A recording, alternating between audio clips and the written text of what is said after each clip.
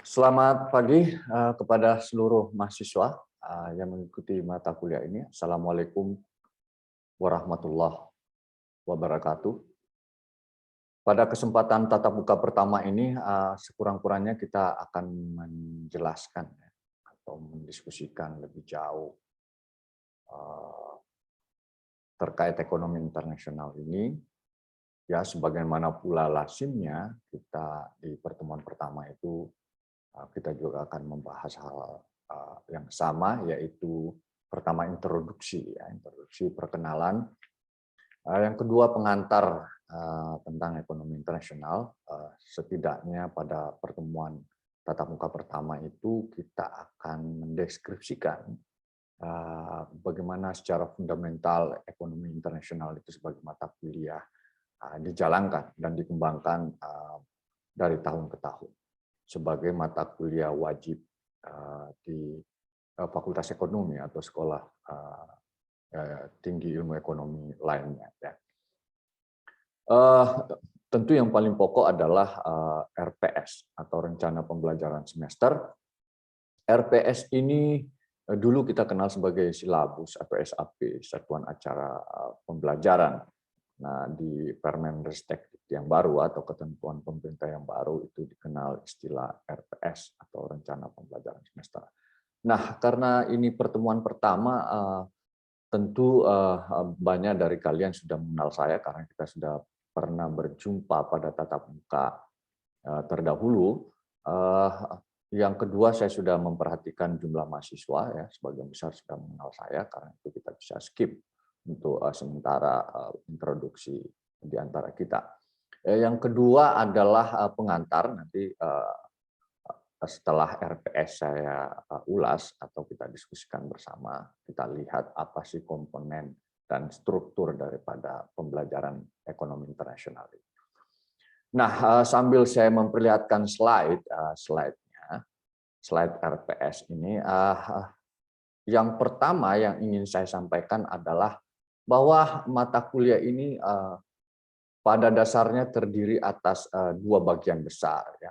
Bagian pertama adalah international trade atau kita kenal sebagai perdagangan internasional. Di dalamnya tentu banyak kerangka teoritik yang akan kita pelajari. Bagian kedua yang secara fundamental kita pelajari di ekonomi internasional adalah international finance atau keuangan internasional. Nah, tentu mata kuliah ini disebut wajib karena dia berhubungan erat dengan mata kuliah makro dan mikro, begitupun dengan teori ekonomi. Dengan demikian, mata kuliah ekonomi internasional adalah mata kuliah yang mempersyaratkan mahasiswa untuk lulus di 3 mata kuliah tersebut. Nah, mengapa demikian? Tentu saja ada kaitannya, baik langsung maupun tidak langsung, dengan misalnya bagaimana kita melihat supply demand terhadap suatu barang. Secara domestik tentu kita sudah pelajari. Dan apa yang membedakan dengan ekonomi domestik dan ekonomi internasional itu secara sederhana kita bisa katakan bahwa ekonomi internasional itu dia bersifat lintas negara atau melibatkan 2 atau lebih dari 2 negara. Tetapi ciri fungsi dan bagaimana mekanisme pasarnya misalnya atau menentukan tingkat harga itu sama persis ya dengan ekonomi domestik. Dia punya behavior dan motives itu tentu saja sama. Kita telah mempelajari secara berulang kali bagaimana motives ekonomi itu dibangun dan bagaimana behavior economics itu dibangun. Nah, pada pertemuan pertama tentu kita akan melihat bagaimana mendefinisikan ekonomi internasional itu. Tetapi sebelum jauh ke dalam deskripsi ekonomi internasional, tujuan mata kuliah ekonomi internasional, begitupun dengan mata kuliah lain, itu sesungguhnya ada dua sasaran pokok. Yang pertama adalah hard skill.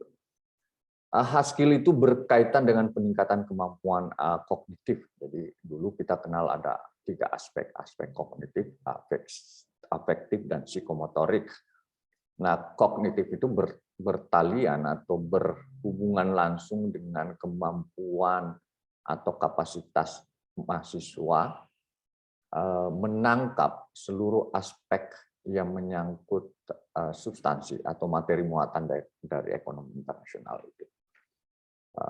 Bagaimana kerangka teorinya, bagaimana implementasinya, dan seterusnya. Bagian kedua tentu adalah soft skill. Ya, soft skill itu berkaitan dengan kemampuan non kognitif. Ini biasanya di 3 pertemuan terakhir itu akan ada simulasi atau diskusi kelompok terkumpul atau diskusi kelompok terfokus untuk melihat bagaimana soft skill mahasiswa. Soft skill itu bisa pengembangan diri mahasiswa, ya, interpersonalnya, komunikasinya, bagaimana membuat presentasi, bagaimana menyusul makalah singkat yang original dan dipresentasikan, confidence-nya yang dibangun, dan seterusnya. Itu bagian daripada soft skill.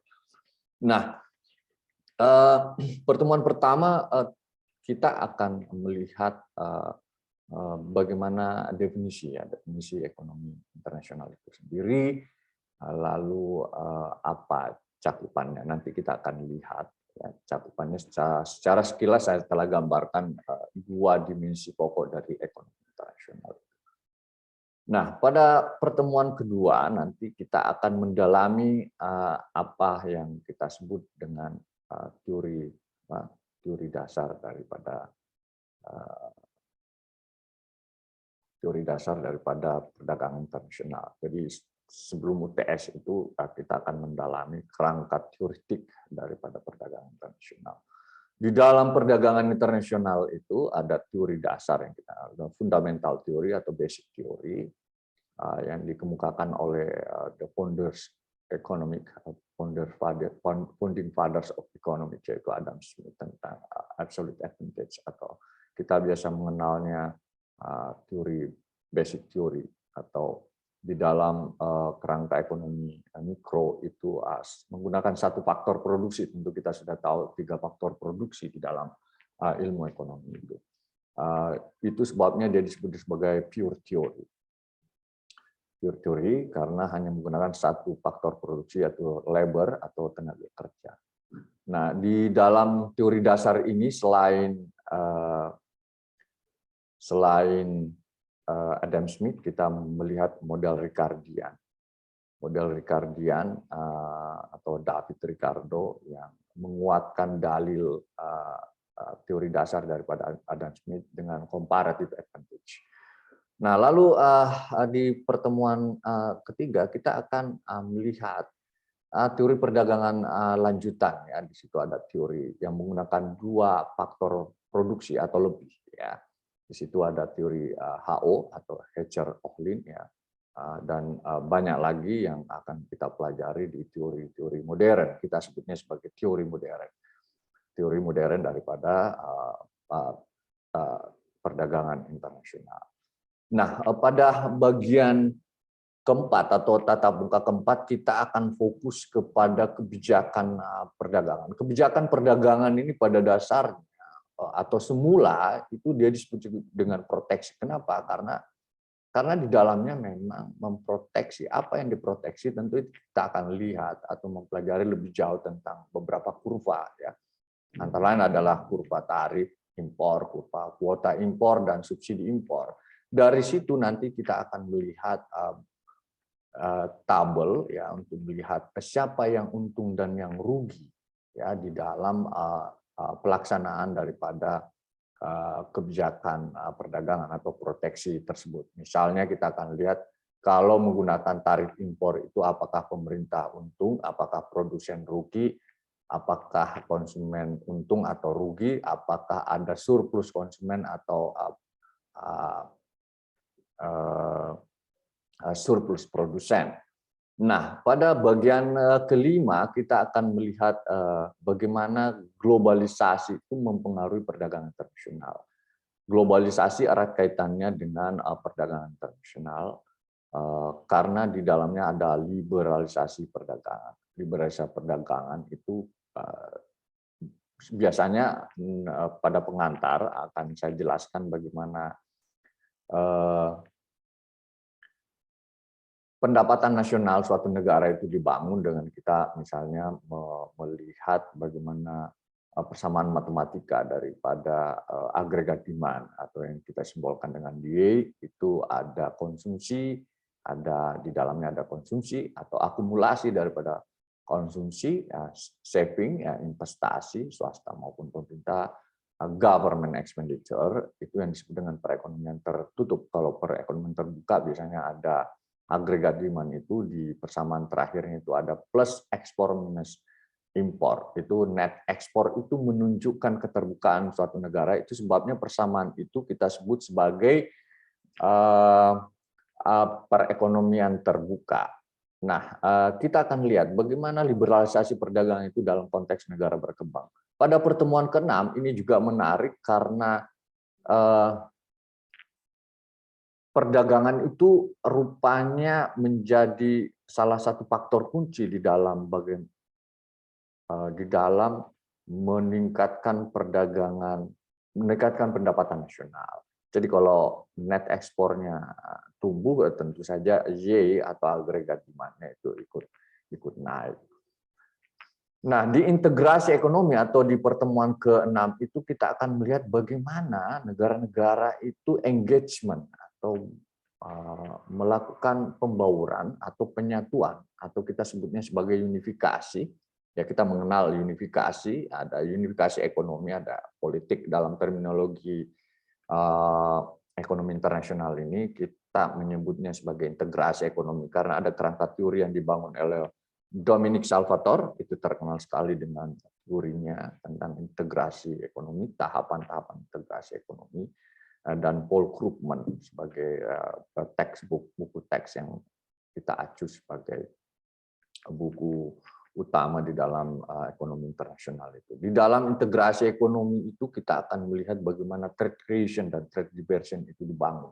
Bahwa volume perdagangan itu bisa tumbuh karena adanya penyatuan negara-negara di kawasan. Benchmarking paling nyata daripada integrasi ekonomi itu adalah Uni Eropa sebagai integrasi paling monumental dan paling baik di dunia, bisa dikatakan begitu, sehingga dengan demikian kita bisa mengatakan bahwa ASEAN itu mengikuti pola atau jejak daripada Uni Eropa. Jadi meskipun Uni Eropa punya banyak masalah di dalam proses penyatuannya, tetapi itu menarik untuk kita kalibrasi atau menjadikan contoh di dalam membangun kerangka kerjasama atau kerangka integrasi ASEAN. Nah, di pertemuan ke-7 kita akan membahas tentang rezim nilai tukar. Di dalam rezim nilai tukar ini kita akan melihat bagaimana Indonesia menentukan nilai tukarnya.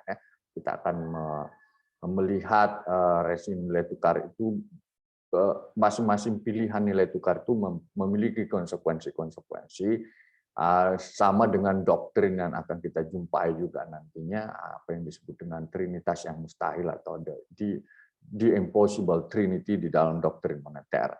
Nah, 3 hal pokok di dalam kurs rezim nilai tukar itu atau exchange rate regime itu bagaimana nilai tukar itu ditetapkan sebagai nilai tukar tetap, mengambang bebas dan atau mengambang terkendali. Paling tidak itu adalah pilihan-pilihan dari seluruh negara di dunia ini, ya, kombinasi dari 3 pilihan itu tadi. Nah, di bagian ke-7 kita akan melihat itu tadi di bagian tatap muka ke-7. Pada tatap muka ke-8 itu kita akan UTS, ya, untuk melihat rubrik penilaian secara holistik, ya. Kita menggunakan rubrik penilaian secara holistik, ya. Tentu saja tidak ansih melihat bagaimana mahasiswa bisa mengerjakan pekerjaan di dalam asesmen ujian tengah semester itu. Nah, setelah UTS itu kita akan mengenal sedikit tentang World Trade Organization atau organisasi perdagangan dunia, bagaimana fungsinya, bagaimana strukturnya, bagaimana dia memberikan andil di dalam pembangunan perdagangan di seluruh negara ya yang terjadi di dunia ini. Nah, di dalamnya juga kita akan singgung kembali bagaimana kerjasama unilateral, multilateral, kawasan dan regional itu dibangun dalam kerangka meningkatkan volume perdagangan.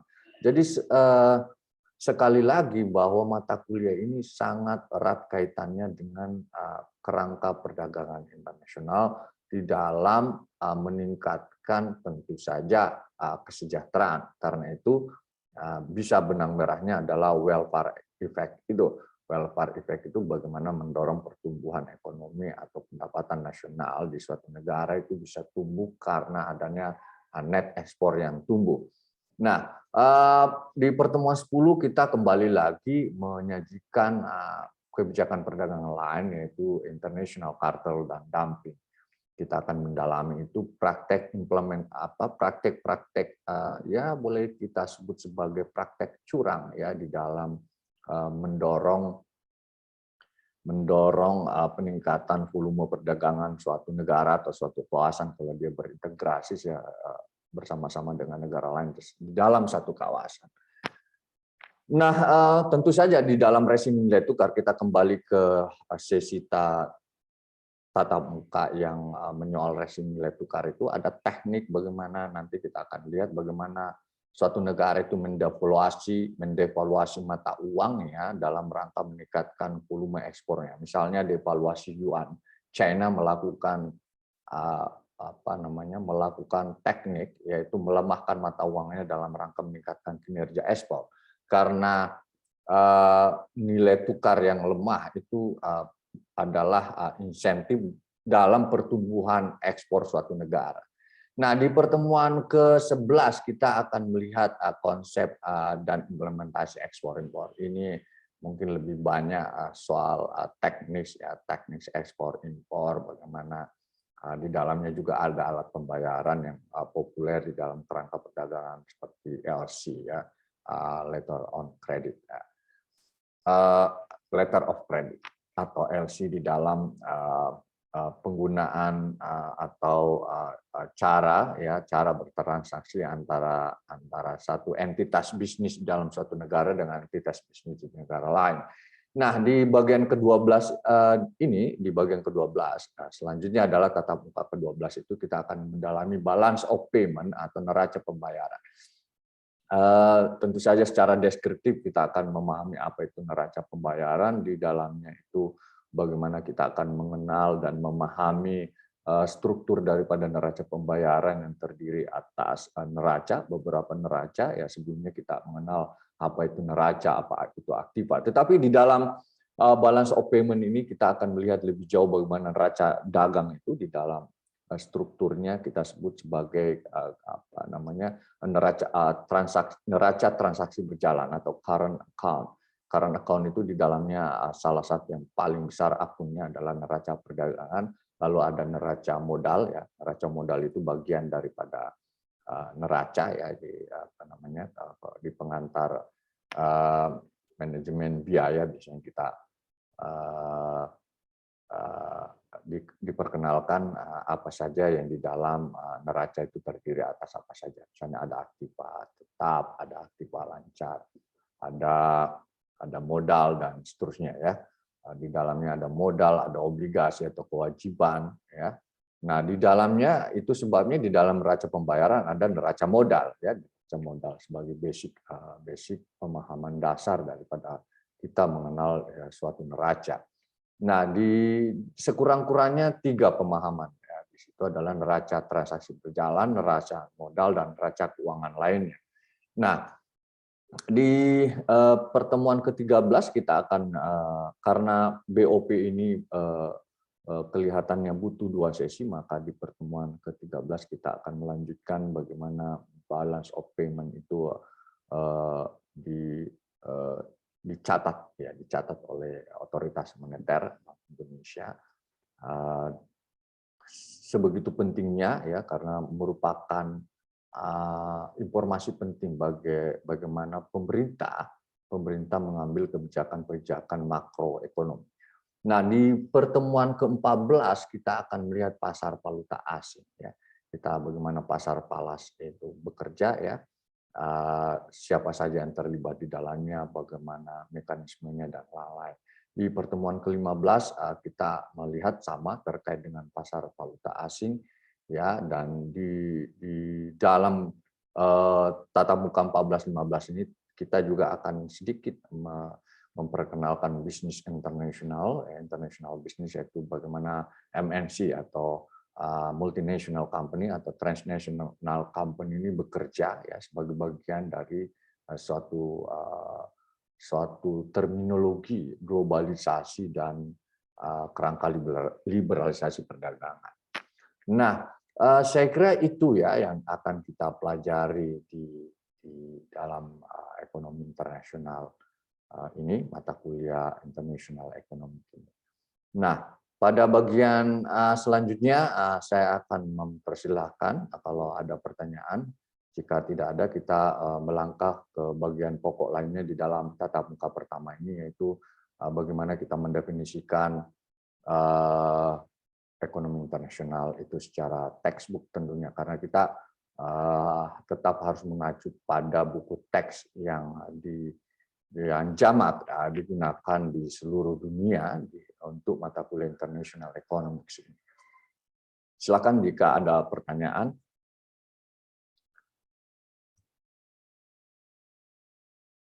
Nah, selanjutnya saya akan memperlihatkan satu slide lagi ya sebelum kita akhiri ya. Di slide ini sebenarnya slide tatap muka pertama, tapi RPS-nya saya lebih dahulukan. Ini kontrak belajar kita sudah bahas, komposisi dan bobot nilainya kita sudah bahas, dan ini tadi silabus ya kita sudah bahas. Ya, ada sedikit pembaruan silabus yang ini silabus lama ya. Di dalam silabus yang saya sampaikan sebelumnya itu ada 2 pertemuan terakhir atau 3 pertemuan terakhir yang kita kombinasikan dengan presentasi kelompok untuk melihat rubrik penilaian holistik ya. Jadi tidak hanya unsur kognitif mahasiswa yang akan saya nilai, tetapi unsur atau aspek soft skill-nya. Di dalam diskusi kelompok dan presentasi kelompok itu akan kelihatan bagaimana unsur soft skill mahasiswa itu bisa dinilai secara atau dalam suatu rubrik yang kita kenal sebagai rubrik penilaian holistik. Nah, ekonomi internasional itu sebenarnya adalah ilmu ekonomi yang mengkaji berbagai bentuk hubungan antar negara. Ya, hubungannya ya tentu saja karena hubungan bisnis ya. Kalau kita lihat apa itu bisnis adalah suatu industri atau suatu organisasi yang menyediakan barang dan jasa. Jadi ada pertukaran barang dan jasa di antara 2 negara atau lebih dari 2 negara. Apa saja yang diperdagangkan? Tentu selain barang ada faktor-faktor produksi dan aliran modal. Kalau kita lihat di sini ada dimensi perdagangannya, ada aliran modal. Kalau aliran modal itu tentu akan masuk kepada international finance-nya. Faktor produksi di dalam ekonomi, karena ini menyangkut teori perdagangan internasional, ada teori 1 faktor produksi, ada 2 faktor produksi. 1 faktor produksi itu adalah teori dasar, dan 2 faktor produksi atau lebih itu adalah teori modern daripada international trade atau perdagangan internasional. Jadi saya kira itu ya, selebihnya nanti kita akan memperdalam apa itu gains from trade di pembahasan kedua. Kita akan membuktikan bagaimana perdagangan itu menghasilkan suatu keuntungan. Tentu saja secara teoretik bahwa perdagangan internasional atau perdagangan domestik itu ya harus mendapatkan efek yang disebut dengan welfare effect atau yang kita sebut sebagai efek kesejahteraan ya. Dalam skala negara ya tentu kita akan melihat salah satu indikasinya adalah tumbuhnya pendapatan nasional karena ada net ekspor yang surplus atau meningkat. Tentu saja kita tidak menginginkan defisit neraca perdagangan di dalam suatu persamaan pendapatan nasional atau yang kita sebut sebagai fungsi Y atau agregat demand, ya di dalamnya itu harus tumbuh neraca perdagangannya atau volume ekspornya, yaitu ekspor harus lebih besar daripada impor. Nah, saya kira itu ya pengantarnya. Jadi ya nanti kita akan melihat kembali mengapa terjadi perdagangan internasional ya. Tentu minggu depan kita akan melihat bagaimana kurva supply demand itu terbentuk ya, karena pada mulanya tentu saja kita akan bercerita secara historis.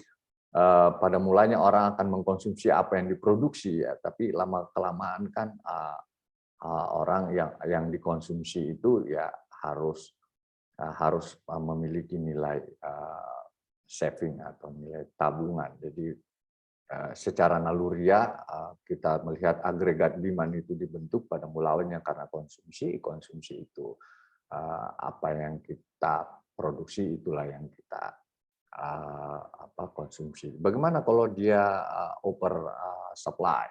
Ya tentu saja kita akan berpikir bagaimana barang yang kita produksi itu bisa kita jual ke negara lain.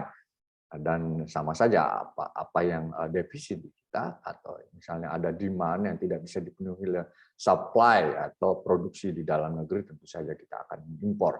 Dari situ titik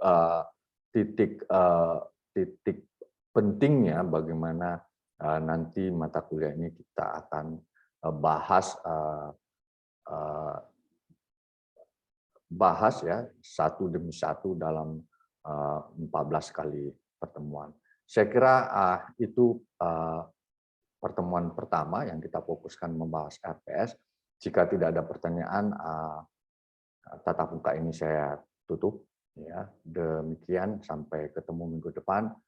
Selamat pagi ya. Wassalamualaikum warahmatullahi wabarakatuh.